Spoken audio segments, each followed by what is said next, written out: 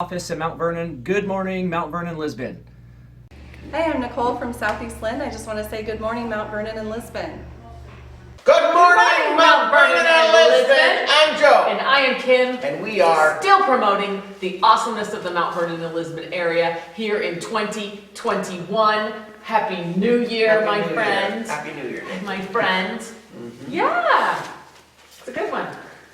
Well, I'm ready if you are.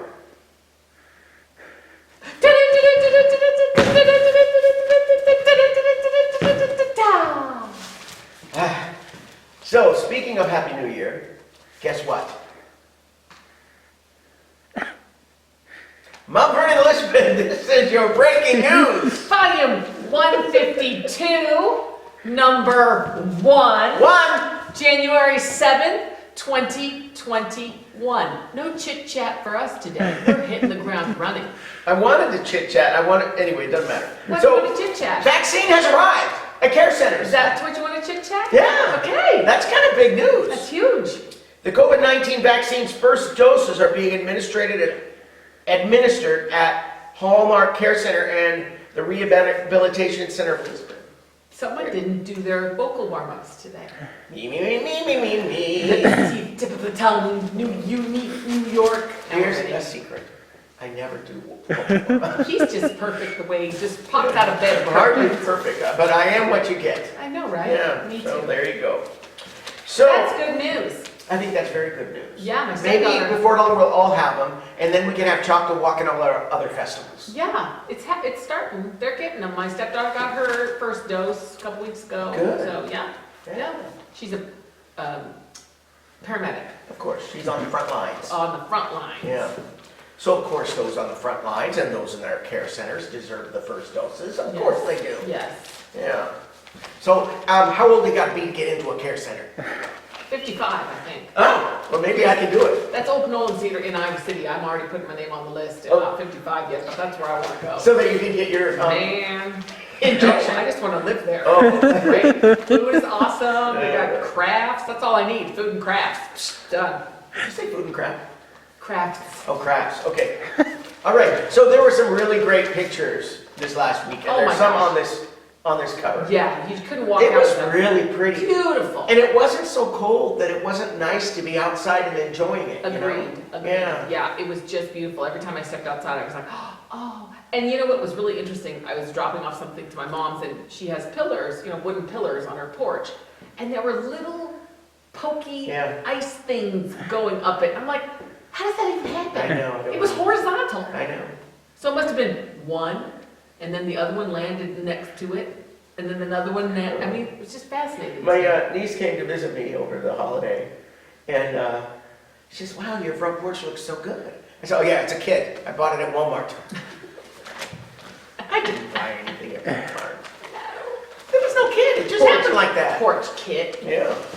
Anyway. Winter in a can. So you want to check out the front page. It says Winter Wonderland. It talks about the frozen frost, which gave us that effect. And lots of sledding. Let me tell you, I had a 12-year-old that was simply exhausted from sledding. Going up and down that hill. Oh my gosh, he was like, because he's been sitting virtual learning and video gaming. So he's gotten on the treadmill a little bit, but he needed to get out. He was feeling muscles he had forgotten he had. Well, you know what? It was a good weekend to get out. Oh yeah. So good. I'm so glad. And I walked by there, several times a day, and it was always full. Always. And what a neat, cool thing that we have. And what a tradition. I mean, my grandfather sledded on that press hill. 1899 he was born. Yes, I'm that old, friends. Anyway, it's beautiful. All right, so. Oh, our friend David Loebsack. Yeah, so his term is ended. After 14 years in the United States Congress, David Loebsack retired after this term. Thank you for your service, David Loebsack. Good work you've done there. Returning to the place where his political career began. Loebsack, a former political science professor, Cornell district that included Mount Vernon and Lisbon when he was elected. 2012, when redistricting occurred, District 2 no longer encompassed that community of Mount Vernon, and Loebsack and his wife relocated to Iowa City. Yep. They've moved back to Mount Vernon now that the representative's term in Congress has ended. Yay. Well, I haven't seen him around. Well, and Mrs. Loebsack was a teacher at the elementary school for years and years and years. So it'll be nice seeing him around. Nice to have you back in the hood. And I hope we'll recognize him with these masks. No, this is so funny you say this because I saw him at Gary's. In a mask. Mask, hat, glasses. Hello, Kim. I'm like, I don't know who I'm talking to. I said, hi, who are you? That happens to me every time in Gary's. Oh, Somebody my says hello, gosh. Joe, and I'm like, I don't- hello. Yeah, hi, great to see I have no you. idea who it is. I don't know who you are. Yeah. Yeah, it's crazy. But yes, I did see him in the grocery store, which is lovely. Okay, well, he's around. He's around. So if you see him, thank him for his service in person. Absolutely. All right. Lisbon agrees to transfer property to the Joint Police Force. Well, what property is that, Joe? Well, let's read about Okay. it. It says right here, the City of Lisbon has agreed to transfer of the property from the Lisbon Police Department to the joint now Mount Vernon-Lisbon Police Department. Oh, sure. The agreement includes for items like bulletproof vests and guns owned by officers Amy Ford and Jeff Frankfurt to follow them to the new department, as well as 2 vehicles Oh, nice. in the Lisbon Police Department fleet. So they're sharing.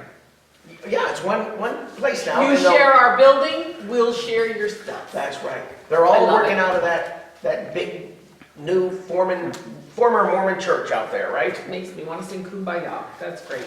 Why not? I Go ahead. know. We'll wait. No, it's all right. Okay. So anyway, that's kind of exciting.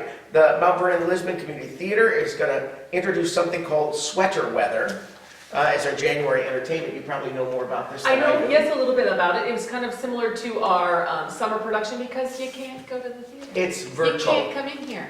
It's virtual. So they have writers that write little one act or one, small plays, and then they film them, and then they put them up, and they'll be streaming here pretty soon. Well, So- it says Friday, January 8th. Yeah. Oh, that's tomorrow. That's tomorrow. So that would be opening night. Well, and you can stream it, I think, throughout. You can get on there. Just click on anytime. And it's free, but there's a donation button if you'd like to donate. It's Keep our always doors nice open. to donate. Yes. Why not donate? We've had lovely donations this last year towards the, supporting us. Everyone's been very generous Yep. in the nonprofit world, and thank you, everyone. Absolutely. All right. Stories of the year. I think we talked about this before, didn't we? So the top story, as voted on by the readers of the Mount Vernon-Lisbon Sun newspaper, was Lisbon Police Chief Rick Scott's resignation, which happened in July 2020. Story received 56% of 30 votes cast in a poll. Wow. August 10 derecho came in second. I think that would be the first one. But it was like 50 votes, right? 30 votes? So that 30. means 13 people said that, and the Yeah. other 13 said these other things? Is that what that means? Well, it's 13% of the votes, or 30% of the votes, right? Or 30 votes cast. It says 30 votes 56%. Yeah. So half of 30, I'm rounding 60. down, 50. And then the Community Wellness Center opening was another one. So there you go. That's right. Well, Okay. we covered Oh. certainly more than those things, because there was lots of good news this year. We have as a lot of always. good news. Yeah, and a lot of bad news, unfortunately. We don't talk about Oh yeah, we don't talk about that here. So at Mount Vernon is seeking their next poet laureate. I know, I can't believe Marianne's term is done. So the city of Mount Vernon's first poet laureate, Marianne Taylor, has completed her term, and the city is looking for its second. Taylor has served in the role which is funded by the Mount Vernon Area Arts Council for 2 years. So the poet laureate of Mount Vernon is expected to write and deliver an original piece on an appropriate topic during the Memorial Day commemoration in the Mount Vernon Cemetery. And in addition, poet laureate is expected to organize and execute one outreach activity. Okay, that's something you can do, Nathan. You're a Wasn't poet? that, Little wasn't that the little poet box by the Presbyterian Church? Wasn't that Yes, her that was hers. thing where she would post poems? Loved it. Yeah, It's it's by still all the time. it's still there. I don't think they're gonna take it down, just somebody else. can take it over. Yeah, I walk by it like all the time. I know. Okay. Yeah. Okay. That's kind of neat. So we talked about Hallmark Care Center receives Yes. their vaccine. Good for them. Where is McElmeal Pond? I don't. Do we Let's know? read the story. Let's read it. Lisbon Parks and Recreation Director Drayton Kimberling is taking measures to stop kids from riding bicycles on McElmeal Pond. Oh, they're riding on the pond. Oh, that should be dangerous. Oh, you kids. Come on You're gonna now. fall through, just like George Bailey's brother in that movie. Yes, that's Oh. not wonderful. Drayton had posted to Facebook on Saturday that city staff had heard reports of kids riding bicycles on McElville Pond in the evening hours. And he noted that the fluctuating temperatures make riding a bicycle on a pond is unsafe. Oh, Is there going to be soft spots on the ice? Yes. Bicycle could plunge through, and then where would we be, kids? Oh, That kids. pond's in the new nature park out in Lisbon, so it's some of the new territory that they're monitoring. Oh, where they're building the new Okay. space, right, okay. kids, come on, Yeah, all right. don't do that. Don't do that, you guys. Okay. Oh, cold turkey challenge is underway. So we've talked about that several times on this We show. have, but let's talk again, because Okay. you know what, you never know, our mothers might forget. Mom, In case you didn't remember last week, Mom. so Above and Beyond Cancer's nicotine cessation contest, that's the cold turkey challenge. It kicked off January 1 on the 50th anniversary year of the Norman Lear movie Cold Turkey. This was filmed in Iowa, right? Yes. Like the movie's storyline, the Cold Turkey Challenge identified one Iowa community. Guess who they chose? Who? Mount Vernon. To rally their residents and commit to a healthier new year, the Cold Turkey Challenge also delivers a substantial prize package. So we could win up to 50 grand for community projects. The committee has decided to help with the completion of what we call the Pocket Park, the Scarlet Boutique Alley, and then also with the remainder of the funds, if we get them, will be used for an exercise trail out by the Wellness Center. So there are 10 people signed up. We had our first Zoom meeting on Tuesday. Nice. We'll do it every Tuesday now for the next 8 weeks. And it's being managed by Mercy Care, and so they know what they're doing. Oh, yes. And I'm learning so much about addiction. Oh, Being a yeah. part of this. I don't smoke, but I'm learning about addiction. And, you know, these 10 nice people are courageous to be doing this. Oh my gosh, And so they're- courageous, so they- hard. Yeah, Oh. this sacrifice is going to do wonders for this little community. So thank you if Yes. you're one of the 10. Thank you And very if you much. know one of the 10, will you do me a favor and thank them? Yes. And see if you can do anything nice for them? Yeah. And if they get a little grouchy or crabby, you'll just understand that's part of the process. Right, Yeah, getting right. off this drug really It's is not hard. just about stopping the smoking, right? It's about dealing with all the stuff that, Well, they're changing their entire Yes. lifestyle. And that they have to learn first, what are those triggers? And when is that Yes. moment that you reach for the cigarette, you Yep. know? yes. And, you know, the woman who's running this, she's saying, well, it's like any other addiction, like coffee, you know, or alcohol or anything else. Mm-hmm. And I'm thinking, you know, if all of a sudden somebody told me I could not have my coffee in the morning, oh my gosh, you guys, I would not be so nice to you. We'd be changing our film time to the afternoon. I don't know. You might say no. I'll never be friendly enough We to do put this a show ever again. if I didn't have my coffee. Plexiglass shield up. Not for COVID, but for anger. So I understand the frustration and the struggle, but in the end, you know, they'll be healthier. We went through this thing in our class about what they're going to look forward to after it. And Yes. things that came up were like, I look forward to my car not smelling like smoke all the time, or Yes. to my clothes, or someone said that their teeth won't be yellow. Yeah. And, you know, and the one thing nobody mentioned, but I think you're giving your family years. Mm-hmm. I mean, that's the number one thing. Yes, You're giving your family years. yes. So, anyway, please wish them luck and hold their hand if they need them, give them a hug, and see what you can do to help them get through this. And hopefully in 2 months, we'll have some cash that we can put toward these 2 projects that we all can enjoy. Yes. So anyway, I'm really excited about that. Thank you for That will running be, that story. the Pocket Park is a smoke-free environment. That's correct. So they will be able to enjoy it in a more different way. Yeah. Well, I think they'd be enjoying If they all were of not life in smokers. a different way. Yeah. Smoke-free. Yes. So anyway, here's another really cool story. Can What's I that? tell this one? Oh, Okay, yeah. Optimus Honor 6th graders' efforts to make a difference. He's in 6th grade. How old is that in 6th grade? 11? 11. 10 to 11? After going to bat for the community, Mount Vernon 6th grader Tommy Rhomberg was recognized with a Youth Leadership Award from Cedar Rapids Thursday Noon Optimist Club. So the members wanted to recognize Rhomberg's volunteer efforts, which resulted in thousands of dollars raised to help recovery from the August 10 derecho. But what did he do? So I'm getting to that. Here we It's go. awesome. Third graph. The work started when the 12-year-old made a bat for his friend's birthday using wood from a derecho-damaged tree. His story spread, and Rhomberg turned his talents of making baseball bats into a fundraiser for the Greater Cedar Rapids Foundation Derecho Relief Fund. Soon requests for bats came from all around the country. I've seen this. I've been into their store and seen them. They're amazing. Yeah, and they're just boxing them up and shipping them out. Yep. So anyway, good for him. Oh my goodness. And do you know what too I love about it is he's turning these bats on a lathe. You know, he's learning a skill, a craft, a art, Yeah. and taking something that was horrible and turning it into something beautiful. And those bats are stunning. I They're held really one. cool. Oh my gosh, they're beautiful. Yeah. So good for him. Yeah, Great. well, we're all But you really know, proud of you, Tommy, He and comes from congratulations. those. He comes from those one mission, wonderful fundraising. There's a picture in the paper here of Oh him my and his gosh. mother right behind him, and you can see how proud she is. And you know, Tommy, that's how we all feel about you, really. That's a really cool thing you're doing, and congratulations. So, oh my goodness, we got information on baking at the Cold Library, ladies and gentlemen. Baking, not banking. I bet they have information on banking I'm sure they too. do too. They do. But this article is about baking. Yes. All right. So if you're looking to do your taxes, not this article. Not this article, But if but you want to make some muffins, the library can help you, I'm sure. of course. All right, looking back over the past year, a lot has happened. One phenomenon that surprised me in 2020, this is Kathy Boggs, was bread baking.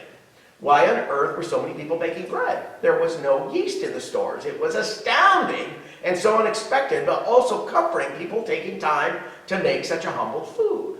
So anyway, she's saying there's lots of literature and help. If you want to learn more about baking, you do so at your own library, ladies and gentlemen. Correct. Yes. My 5-year-old grandson on Wednesdays likes to bake. So we always bake. Who doesn't? Oh, hi, you guys. Hello, come You on wanna come in? You're welcome. Come on in. Oh, I So- love your Polaroid shirt. That's awesome. So how are you all today? Good. Our So- studio audience. We got a studio audience, ladies and gentlemen. So there is a new Fostering Futures programs that aim to help high-risk youth. This sounds like a good story, Yep. positive story. Foundation to Crisis Services has added 2 new programs for education support and group violence prevention for high-risk young people in Lynn County. Programs are part of the newly formed Fostering Futures program, previously the Independent Living program, which helps young people transitioning out of foster care have the support and resources they need to reach and maintain stability as independent adults. Good for them. That's awesome. Yeah. Very cool. So anyway, there's a story in here about that. You can read all about it. And then we've got our sports section in the back. Yes. All right. Sadness, but wonderful. The passing of Jim Bellamy. Yeah. Great coach, was my basketball coach. Good guy. Very successful coach. Yeah. Very dedicated, very disciplined.